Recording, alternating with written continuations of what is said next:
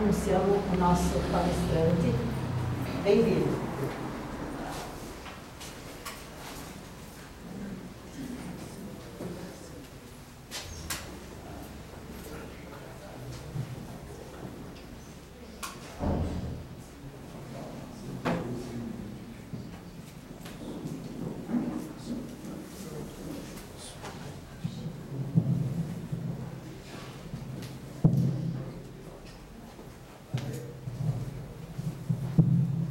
Muito boa noite a todos. Que a doce paz de Jesus esteja e permaneça conosco agora e sempre.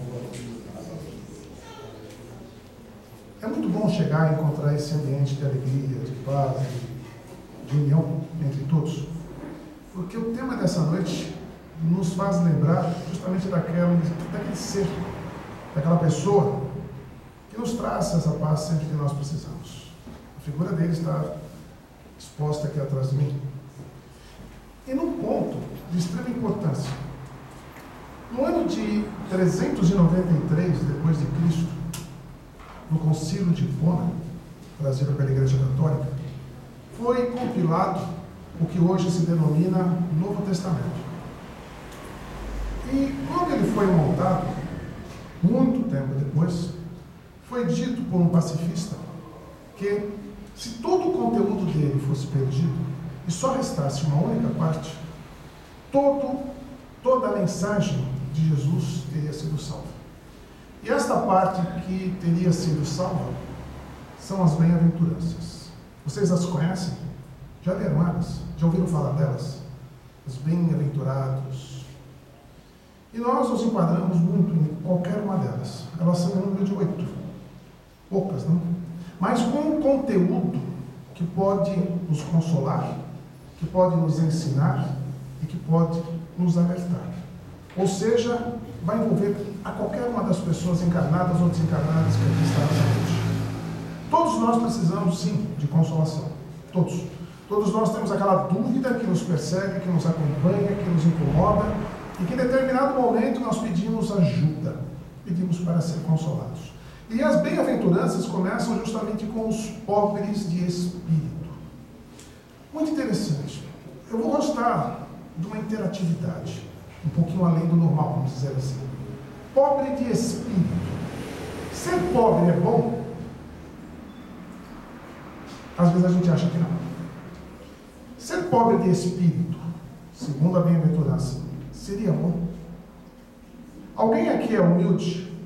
Simples? Sereno? Pois bem, o pobre de espírito que fala a bem-aventurança justamente são os pobres de espírito que se podem comparar às pessoas humildes. Aquelas pessoas que não se importam, não se preocupam tanto com as dificuldades, com as vicissitudes do nosso dia a dia. E nós estamos tendo muitas delas nos momentos atuais.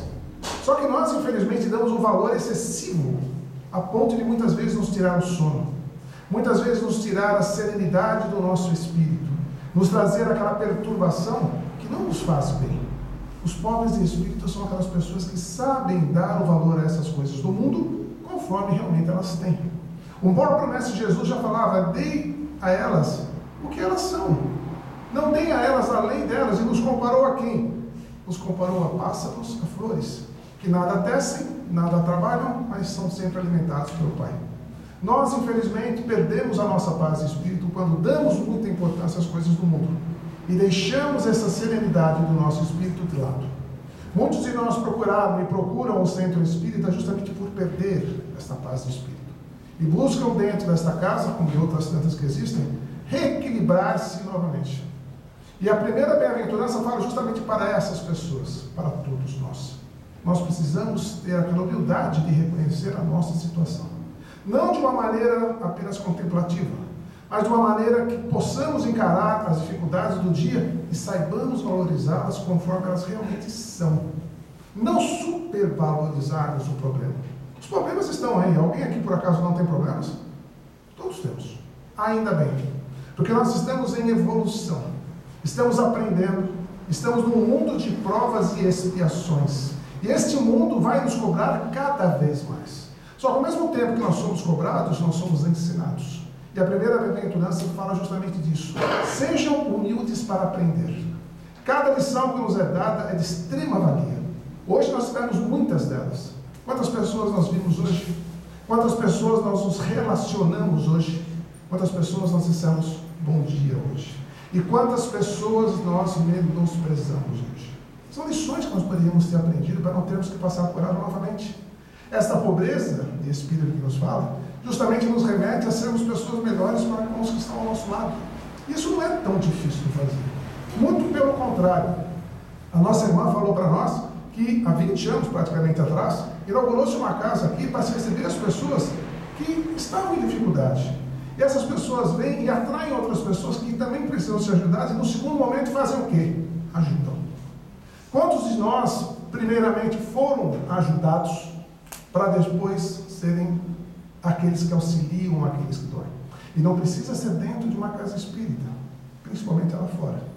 Esses pobres de espírito que falam o Evangelho são realmente essas pessoas que entenderam essa primeira mensagem. De quando receberem, darem de troca. Você quer ver uma coisa interessante? Quando uma pessoa recebe alguma coisa, seja o que for, a pessoa vira assim e fala obrigado. E parece que esse obrigado encerra ali aquela correlação entre quem dá e quem recebe. Não. Você quer deixar essa pessoa mais consciente daquilo que ela tem que fazer? Fala, você não precisa me agradecer de alguma coisa que você acha que eu lhe fiz de bom. Vá e faça para o seu próximo. A pessoa fala assim, como assim? Você não acha que recebeu uma coisa boa? Sim. Então faça essa coisa boa para outra pessoa. Mas tem que ser igual? Não, não precisa ser igual. Mas quando você for chamado a tal, faça. Exponha-se. Proponha-se a fazer algo de bom ao seu próximo. Seja humilde e simples o suficiente para poder estender a mão para quem precisa. Muitas vezes nós não fazemos isso. Recolhemos as nossas condições porque achamos que não temos aquela necessidade. E quando o final de tudo nós temos a maior necessidade do mundo de fazer isso.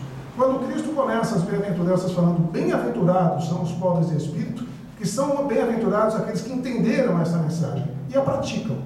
E põem ela em evidência todos os dias e a todos os momentos. E isso é extremamente importante, porque as provas, elas acontecerão.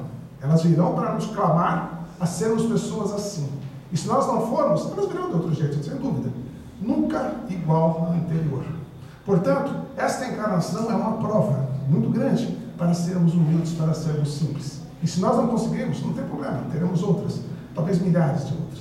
Talvez em outras situações, para nós aprendermos o que é, por exemplo, sermos pobres de espírito. Mas não para aí as bem-aventuranças. E a gente pode, inclusive, fazer uma divisão dentro delas, em relação ao que eu já falei no 38. E se a gente dividir as 4 primeiras, elas vêm nos trazer tranquilidade. Elas vêm nos consolar, nos serenizar. Eu vou ser literal nelas para não cometer o equívoco de falar palavras que elas não compõem. A primeira, como a gente já falou, são bem-aventurados os pobres de espírito, porque deles é o reino dos céus. A segunda bem-aventurança já vem falar dos que choram. Bem-aventurados os que choram, porque serão consolados. Choramos por alegria, sem dúvida. Choramos por dor também. Choramos por sofrimento, sim. Quando a gente chora, o bom choro é aquele choro que nos depura, que faz com que nós sejamos diferentes. Se nós formos pessoas que sofremos algo, significa que algo dentro de nós foi atingido. E foi atingido a ponto de nos fazer sofrer. Se foi algo bom que nos alcançou, esse sofrimento vem pelo outro não ter. Se foi algo bom que nós temos que foi alcançado por uma situação, estamos sendo chamados naquele instante a sermos pessoas diferentes. Quando nos sofre o coração, foi que algo que nós sabíamos que podíamos fazer, nós não fizemos. A própria doutrina espírita nos fala isso com bastante clareza. Falam, olha, se vocês já sabem o que vocês têm que fazer e não fazem, vocês têm a sua consciência que não está em paz.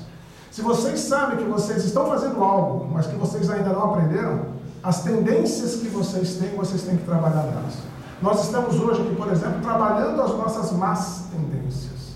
Nós estamos ouvindo palavras, nós estamos ouvindo orações, nós estamos participando de uma casa que pede para que as nossas tendências sejam tratadas, para que elas deixem de ser más e comecem a ser boas. Então, quando eles falam para nós, bem-aventurados os que choram, é justamente essa mudança que está havendo dentro de nós. Se nós nos incomodamos com algo que acontece ao nosso redor, aquela tendência ruim, ela já está sendo tratada. A nossa irmã deu um exemplo aqui bastante duro.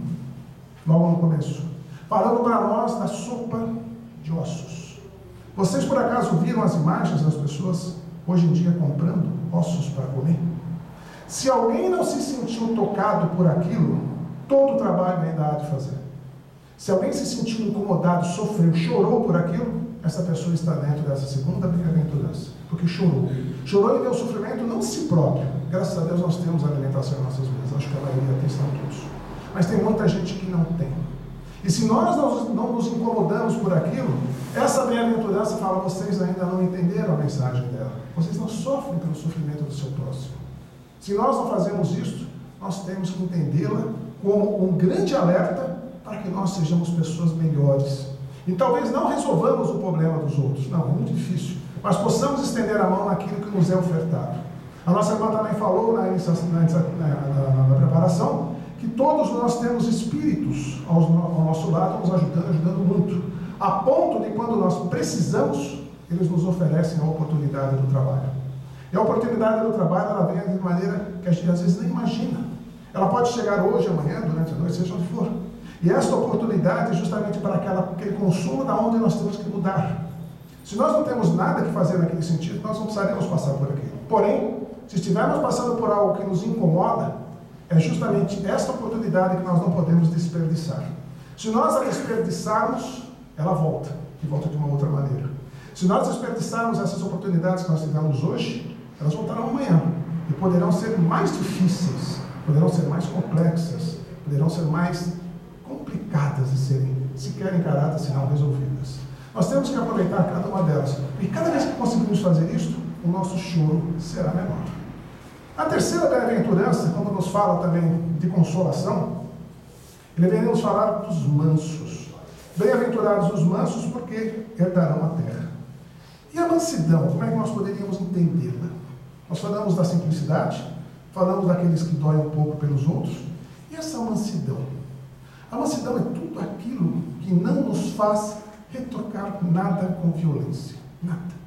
A maior das ofensas que nós possamos receber, nós não devemos, em maneira nenhuma, ser violentos. Jamais. A doutrina espírita nos ensina que quando nós nos incomodamos com algo, foi tocado em nós dois problemas principais. Ou é o nosso orgulho, ou é o nosso egoísmo, as duas grandes chagas. Se nós conseguimos ser mansos e não retocarmos nada com violência, significa que aquele orgulho, que aquele egoísmo nosso, já está mais sob controle. Que mesmo sendo violento conosco, nós não devolvemos a violência para com a pessoa. E quando Jesus nos ensina a ser mansos, é justamente nesse sentido. Nós temos defeitos, sim, e saberão encontrar os nossos defeitos. Antes de eu vir para cá, por exemplo, eu estava conversando com a minha esposa, e ela falava, mas será que tal pessoa não está com um obsessor do lado? Alguém nessa sala já não pensou assim? Do tipo, será que eu não estou com um obsessor aqui do lado? Que sorte será se tiver um só? Que sorte. Geralmente são muito mais. E é tão interessante isso, eu estou dando da risada que já entendeu. É tão interessante isso de obsessor, porque a gente tem um medo enorme deles. Mas eles são pessoas como nós, só que estão desencarnados, às vezes encarnados. Muitos deles desencarnados e sofrem. Sofrem apenas. E a minha esposa falou, mas poxa, como é que sofrem, né? As pessoas às vezes prejudicam as outras. Eles prejudicam porque eles tentam chamar a atenção para serem ajudados. A pessoa que chega no centro espírita, e vocês vão saber isso hoje, quando vocês estavam vindo ou pensando em vir para cá, algumas coisas aconteceram que dificultou, não é mesmo? A maioria. Eu, por exemplo, passei por isso hoje. E a gente passa por isso, porque é aquela dificuldade de trazer muitos que estão nos vendo numa casa de socorro, numa casa de assistência.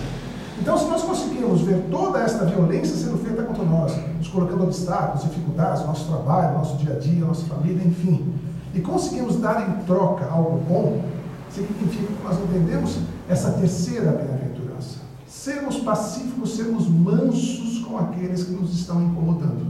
Porque quando eles entenderem a mensagem, eles vão começar a nos ajudar. Porque viram em nós realmente trabalhadores do bem. E ser um trabalhador do bem no mundo é difícil. Como já falei, no mundo é de provas e expiações, é de sofrimento, é de dor, é de incômodo, porque nós ainda compomos uma sociedade assim. Quando nós estivermos um pouquinho melhor, nós vamos para outras paragens, muitas moradas na casa do meu pai. Mas por enquanto estamos nessa, vamos ficar aqui um pouquinho de tempo ainda. E aí o que acontece? Nós temos que entender essas mensagens que nos são dadas e aproveitarmos para a nossa evolução. E as oportunidades não são poucas. A primeira dela começou aonde? Lá na família. A família é a maior oportunidade da nossa redenção. E nós temos que aproveitar bem isso. Se não aproveitarmos, não tem problema, a gente volta de outro jeito. Amanhã, ano que vem, daqui a 10 anos, 100 anos, 2000 anos, sei lá quanto tempo. E a gente vendo essas coisas com essa ótica, a gente muda o nosso comportamento. E aí começar a ser pobre de espírito, começar a ser manso, começar a ser tranquilo, acaba sendo uma coisa natural, porque nós vamos colher os bons frutos. E nada melhor do que você ter paz na sua mente do que ser uma pessoa boa e colher isso diariamente. E poucas coisas começarem a te incomodar. E a quarta bem-aventurança, que fala justamente desse tipo de consolação, nos fala: bem-aventurados os que têm fome e sede de justiça. E aí vem outro problema nosso, muito sério, que a gente adora fazer. Nós gostamos de julgar. Nós julgamos com uma facilidade enorme as coisas que acontecem ao nosso redor. Todo instante. Surge uma conversinha, surge uma contenda, surge qualquer coisinha, a gente até... eu acho que está errado, eu acho que está certo. Essa quarta bem-aventurança fala para nós: vocês têm que ter sede de justiça, mas não serem justiceiros. Sede de justiça é cumprir a lei de Deus. Todos conhecem a lei de Deus aqui? Todos aqui são espíritas? Todos já frequentam a doutrina espírita? Ou tem alguém aqui hoje que chega na casa pela primeira vez? Somos todos espíritas. Todos já leram a parte terceira do livro dos Espíritos? Ali está a lei de Deus segundo a doutrina espírita. E é muito interessante porque não é uma coisa tão difícil, mas é uma coisa que nos incomoda. E é uma coisa que a gente fala: não, isso eu não estou pronto ainda. Não, aqui eu já não entendo a coisa assim. Sim, ninguém fala para você ler a parte terceira do livro dos Espíritos e sair praticando ela 24 horas por dia. É muito difícil isso. Mas vamos tentar fazer uma coisinha por dia. Mudar um pouquinho cada dia. Porque a partir do momento que a gente conhecer melhor a lei divina, a lei natural, como nos diz a doutrina, nós vamos trazer isso para o nosso hábito. Habitualmente nós seremos pessoas boas. Uma coisa que eu sempre falo: alguém já foi aqui reconhecido ou confundido com espírita no meio da rua? Uma atitude, só pode ser espírita. Pô, como assim? Mas está escrito na testa, né? Não, é que o comportamento nosso é um pouco diferente. Às vezes, não é toda hora também não. Às vezes a gente abaixa o vidro do carro e o espiritismo que vai embora. É muito interessante, vocês dão risada, é uma coisa seríssima. É muito interessante, da cidade que eu vim, o pessoal da casa espírita lá tinha um plastiquinho, não sei se eu já falei isso aqui uma vez, tinha um plastiquinho que vinha escrito assim: Leia Kardec. Já ouviu falar desse plástico? Não. É terrível. E eu, quando entrei na doutrina espírita, a primeira coisa que eu faço o quê? Né? Coloco um plástico daquele no meu carro. Ótimo, lá atrás. E saio para a rua. Chega um belo dia, eu tomo uma fechada. O que eu faço? Não, meu irmão, vai em paz, que nada. Aí o que acontece? Eu lembro que eu botei um plástico lá atrás que me identifica como espírita. E aí eu falo assim: poxa vida, como é que eu estou sendo espírita praticando esse tipo de atitude? E a gente começa a ficar em dúvida com o nosso comportamento. Não é o plástico, não é o plástico que está lá atrás. Faça, arranca o plástico, joga fora, não quero saber. Não, não é isso. É o nosso comportamento. Quando a gente começa a mudar esse comportamento, então uma palavrinha que vocês já devem ter ouvido várias vezes dentro da casa espírita: reforma íntima. A reforma íntima nos faz mudar o nosso íntimo, que dói, incomoda. Não é uma coisa tão fácil. Se fosse fácil, precisaríamos fazer. Então, fácil, está pronto. Passo ali na banquinha de jornal, dá meia dúzia de reforma íntima. Na casa lei, está pronto. Não é assim. Nós vamos mudar os nossos mais profundos problemas. Nós vamos lidar com eles. E quando a gente começa a lidar com eles, a gente começa a entender toda a lei de Deus com uma facilidade enorme. E praticá-la, o que é melhor. E as pessoas ao nosso redor vão identificar isso. E as pessoas começam a confiar mais em nós, ter mais tranquilidade com a gente. Não desconfiam da gente, porque sabem que a gente vai querer sempre o bem das pessoas. Às vezes a gente acaba sendo confundido com gente boba, né? Ah, mas esse espírito, nossa, é tudo bonzinho demais, esses caras estão loucos. Não, isso é normal. O normal é este. O normal não é você ser uma pessoa que encara todo mundo de frente, que bate. Não, isso não é não. Jesus foi o maior exemplo de tranquilidade, de serenidade. Você quer ter uma resposta boa? Pense como Jesus responderia a questão sua. Ah, eu ali recebi uma ofensa. O que Jesus faria? Jesus faria? Não, Jesus é uma pessoa que ensinava. Aí vem uma pessoa lá na última fila, fala: não, mas Jesus um dia entrou no templo e jogou tudo para cima. Espera um pouquinho, que contexto? O que acontecia? E a gente fala: tá. Então ele queria ensinar aquela pessoa que estava ali usando o templo dele de uma maneira errada. Sim. E a gente começa a entender cada dia mais essa lei divina e praticá-la. E ver que o resultado dela nos acalma serenamente. Então significa que se eu praticar a lei divina, tudo vai dar certo? Não. Mas a gente não vai mais se incomodar com as coisas que não dão certo. Nós vamos dar os valores para cada coisa conforme elas têm valor. Então, se eu não consigo fazer tal coisa, tá bom, não vou fazer, amanhã eu tento de novo. O que eu tenho que fazer? Eu tenho que estudar, eu tenho que me preparar, eu tenho que estar habilitado para fazer alguma coisa. E quando eu me preparo, quando eu me habilito, quando eu estudo, quando eu leio, eu sou uma pessoa mais esclarecida. E não me deixo enganar, não me deixo envolver em situações que não me agradam e que estão me prejudicando. Então a gente começa a deixar as coisas no segundo plano. Relevar as coisas que não têm importância. Deixe para lá. E novamente eu lembro da passagem de Lucas e Jesus. Não se preocupem com o que vocês vão comer ou beber. Se Deus dá de comida para os pássaros e trata o lírio do campo, veste desse jeito, quanto mais vocês que são filhos dele. E a gente continua se preocupando além do que tem que se preocupar. Sai dessa encarnação, volta para lá de lá, fala, poxa vida, eu não devia ter feito isso. Vai lá, aprende, volta encarnado de novo e faz as mesmas coisas. Volta de novo para lá e a pessoa, e aí, aprendeu o quê? Não, aprendi pouca coisa. Mas, poxa vida, passou lá 70, 80, 90, 100 anos e não conseguiu dar um passo adiante. Quando a gente entender melhor a lei divina, a gente vai começar a cada dia, a cada instante, a cada momento, aproveitar no seu limite, na coisa total. E sentir a alegria de deitar à noite no travesseiro e falar, poxa, hoje foi um dia muito bom. Só me dei mal, mas foi excelente, porque eu aprendi muitas lições. E quando a gente aprende, amanhã a gente não erra de novo. Se errar de novo, já é outro nome. Mas se a gente aprendeu a lição, não há por que errar. Essa quarta bem-aventurança fala muito bem disso, que nos consola, nos tranquiliza. Porém, na quinta bem-aventurança, novamente você literal, ela já começa a nos ensinar. E fala, bem-aventurados são os misericordiosos. Bem-aventurados os misericordiosos, porque eles encontrarão misericórdia. Os misericordiosos são aquelas pessoas que não se ofendem. Como já disse, a doutrina espírita diz que nós temos duas grandes chagas na humanidade, egoísmo e orgulho. Não se ofender é não deixar que esse orgulho ou que esse egoísmo seja identificado pela outra pessoa ou pela situação que está sendo vivida. Eu sou uma pessoa que eu não consigo dividir nada com o outro. Opa, é aí que eu vou pegar você. Seja lá quem for, algo desse não, qualquer pessoa ao nosso lado. Quando a gente começar a ser muito possessivo de algo, meu, é aí que está o nosso ponto fraco. Bem-aventurados aqueles que sabem ser misericordiosos, sabem lidar com isso daí, porque receberão essa misericórdia também. Porque o orgulho dessa pessoa já está mais tratado. O egoísmo dessa pessoa já está um pouquinho de lado. E ela começa a partilhar das pessoas ao redor com tudo que tem, até de material. É muito interessante isso, que eu tenho um irmão de carne meu, que ele trabalha numa cidade gigantesca, e ele trabalha com assistência social. Ele fala, a coisa mais interessante é quando você entra numa comunidade muito pobre e as pessoas estão se ajudando. E elas se sentem extremamente bem com isso. Elas não têm aquele egoísmo que muitas vezes nós temos de sobra.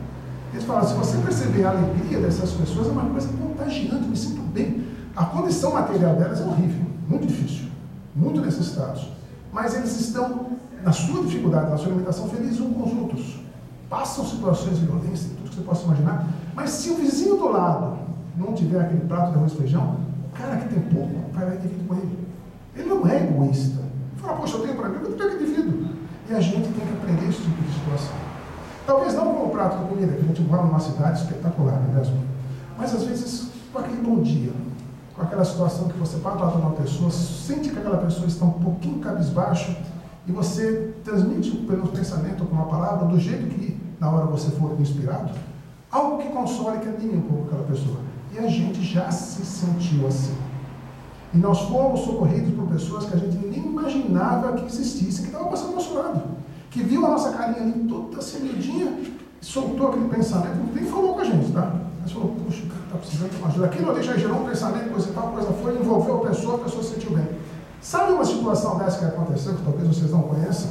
Num livro que fala da biografia de Dr. Bezerra de Menezes, ele o autor cita que em um determinado momento, essa era uma pessoa que dava tudo para os pobres, para todas as pessoas. Batia na porta dele lá e estava, leva, tá. E deu até um anel de formatura de médico. E a pessoa estava precisando, falou, preciso disso, então leva, vende, faz comida para você, acabou. Chegou um belo dia que ele não tinha mais nada material para dar. Nada. E o que acontece? Bate na porta dele. Um pai de família, com 3, 4 filhos, falou, doutor, eu preciso que o senhor me ajude. O que o senhor pode fazer para falar? Não tem nada. Vem aqui que eu vou te dar um abraço. Deu aquele abraço, sabe que você vê aqueles abraços de mãe? É gostoso, faz um bem danado. Deu aquele abraço na pessoa. Lógico, não foi um abraço físico, foi um abraço com envolvimento. Aquela energia que circundou ao lado das duas pessoas deu um ânimo para aquela pessoa que veio pedir, que infelizmente não tinha nada, que não pôde sair com nada dali, mas de sair com aquele ânimo de poder encarar a sua família e falar, olha, nós não temos nada, não me deu nada, mas eu estou com disposição redobrada para conseguir ir atrás de novo. Foi e conseguiu. A prova que ele passou ali foi, eu quero ver se você vai ter ânimo, para você vai ter pique, se você vai ter determinação para conseguir aquilo que nós estamos colocando como prova na sua vida. E a pessoa foi e conseguiu. Quantos de nós estão passando por isso? Muitos. Ainda mais nos dias como estamos hoje, que a pressão é muito grande, muito difícil. Mas nós temos que encarar. E esta encarada que nós estamos dando é justamente o que diz essa quinta bem-aventurança. Vão em frente, sejam misericordiosos com vocês próprios. Não se exijam de mais um momento, não é para isso. O momento é para que vocês se esforcem, aprendam, porque isso tudo vai passar. A sexta bem-aventurança, ela complementa este caminho de uma maneira também que nos ensina bastante. Ela vem e nos fala que bem-aventurados os puros de coração, porque verão a Deus. Pureza de coração é quando o nosso coração não guarda mais mágoas, dores, quando nós não tivermos mais nada do que perdoar. É estranho ouvir isso numa casa espírita, né? Olha, nós não temos que perdoar mais nada. Alguém conhece aquela passagem, quando foi perguntado a Gandhi, que, Gandhi, você perdoa? Ele falou, não perdoa ninguém. Como assim você não perdoa? Eu não me ofendo com ninguém. Por que eu vou perdoar? Nós estamos nesse estágio ou não? Difícil, muito difícil. Às vezes nós estamos perto disto, mas cutuca um pouquinho mais só para ver uma coisa. Cutuca mais. Fala um pouquinho mais de coisa que não nos agrade. Traga alguma ideia que, olha, eu não gostei muito do tom de voz. Aí o cara daquele olhar, eu não gostei desse olhar também. Aí pronto, está feita essa questão. Aí a gente bota a culpa em quem? No obsessor. Aí ele me instigou. O cara falou, não tem nada a ver com isso. Isso foi vocês que fizeram. Porque vocês não estão conseguindo entender coisas simples. Coisas de vocês serem pacificadores. Aquela ofensa que chega, não piore ela. Ela já está feita. A agressão já foi feita. Eu não preciso retribuir, eu não preciso aumentá-la. É difícil voltar atrás e fazer um novo começo, mas você pode recomeçar agora e fazer um novo fim. Todo mundo ouviu isso, não é mesmo? Todo mundo foi assistir o nosso live, assistiu? Nossa, quando a gente ouviu essa frase, que bom, alguém faz isso. Esta é a chamada que tem essa sexta bem-aventurança. Nós temos que ser pacificadores a ponto de o mal que recebermos não retribuirmos. Pague o mal com o bem. Simples. Poxa vida, mas todo mundo vai achar que eu sou uma pessoa muito pacata. Bom, tomara, que aí ninguém mais te incomoda. Que se a gente for uma pessoa sempre pacífica, que nada nos tire do eixo, nós não tire do prumo, é a melhor coisa do mundo. Ninguém vai nos incomodar. Vão achar o nosso caso? Lógico que vão. Que o próprio livro dos médiuns nos fala que quando alguma coisa nos incomoda, nós mudamos toda a nossa aura ao redor. Nós mudamos a nossa cor, mudamos a nossa fisionomia, enfim, nós nos alteramos. E quando nós alteramos, as pessoas percebem, aí que vem em cima. Então, o interessante é aquela pessoa que nos incomoda e fala, deixa eu falar, cara. Mas você não está incomodado? Não. Eu sou uma pessoa de paz. Para que eu vou me incomodar? Por que eu vou sair do sério? Isso me faz mal. E quando a gente ouve aquela pergunta, aquela resposta assim, eu perdoo, mas não vou esquecer isso aí não. Poxa, cara, você não perdoou nada. Você não perdoou o Lufo, você está se incomodando com isso.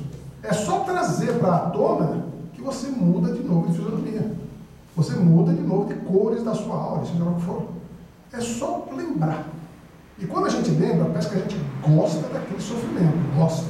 Aquele dia que está tudo bem, mas eu vou lembrar uma coisa que está me incomodando. Deixa eu lembrar, lembrei, vou mal de novo. Parece que a gente gosta. E não deve ser assim. Nós temos que ser um pacificador. Aquele dia que nós estivermos nos sentindo bem, valorizemos isto. Passemos isso, tanto você não abrir a janela e sair gritando, não é assim. Faça isso consigo próprio. Eleve o pensamento numa oração. Obrigado, Senhor. Porque aquele momento está sendo aquele reconhecimento do meu esforço. De eu ser uma pessoa de paz, uma pessoa que divulga a paz, que propaga a paz.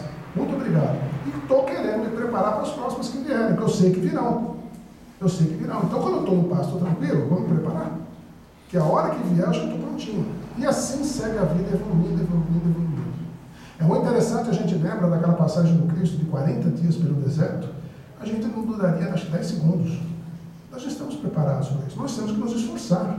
A oportunidade da vida é para que nós nos esforcemos. Senão, o que adianta? O que adianta a gente ter reencarnado, ter as condições que nós temos, e ninguém, pelo amor de Deus, me fala que não tem condição nenhuma. Conhecem a parábola dos talentos, não conhecem? A parábola dos talentos é extremamente importante, que aquele que tem um talento, guardou, não devolveu nada. Complicou. O que tinha 5 fez 10, o que tinha 10 fez 100. Quando Cristo nos dá esse exemplo, ele fala, todos têm talentos, todos têm condição, façam. E se a gente não souber fazer, esses talentos, fala, você não foi digno, como diz o próprio Evangelho, de usar esse talento. Isso vai ser retirado. E a coisa pode ficar um pouco mais difícil. A sétima bem-aventurança nos fala, a oitava bem-aventurança nos fala dos que sofrem perseguição. E ela complementa essas bem-aventuranças de uma maneira bastante lúcida. Quando nós resolvemos ser pessoas melhores, nós não seremos compreendidos por uma gama enorme de gente ao nosso redor, encarnados e desencarnados. E sofreremos sim perseguição das mais variadas, se não diretamente, por tabela. A perseguição de quando nós vemos pessoas comprando ou tentando comprar ossos para comer, é o tipo de coisa que nos incomoda e nos persegue. Quando nós vemos pessoas, como aconteceu, o nosso irmão de Sergipe, aconteceu em Ceará, se não estou enganado, num caminhão de lixo passando, e as pessoas indo atrás dele, vocês viram essa imagem? Aquilo é de assustar, aquilo incomoda, aquilo tem que nos incomodar, não pode nos deixar em paz. Se uma situação daquela nós acharmos normal, nós não estamos entendendo nada do que Cristo ensinou. Nós temos que ser revolucionários como ele foi. Não estou falando de política, jamais. Kardec é muito claro quando ele fala aqui dentro, não se fala de política, mas falando da revolução moral de cada um de nós. Nós temos que ser pessoas diferentes. Nós temos que mudar esse nosso jeito de se incomodar com essas coisas que o mundo hoje em dia nos traz com uma facilidade enorme. Nós temos aparelhinhos nos nossos bolsos que nos ligam ao mundo inteiro. Coisas que estão acontecendo em qualquer lugar, nós estamos vendo ali. Se aquilo não é uma prova para nos incomodar ou não, eu não sei como é que a gente pode entender essa oitava bem-aventurança. Porque como é que a gente vai tentar fazer justiça se nós acharmos aquilo normal? O Cristo se incomodou com qualquer um que chegava próximo dele, que pedia por ele. A ponto de uma mulher apenas tocar suas vestes e ele sentir que algo de bom saiu dele, ajudando aquela pessoa.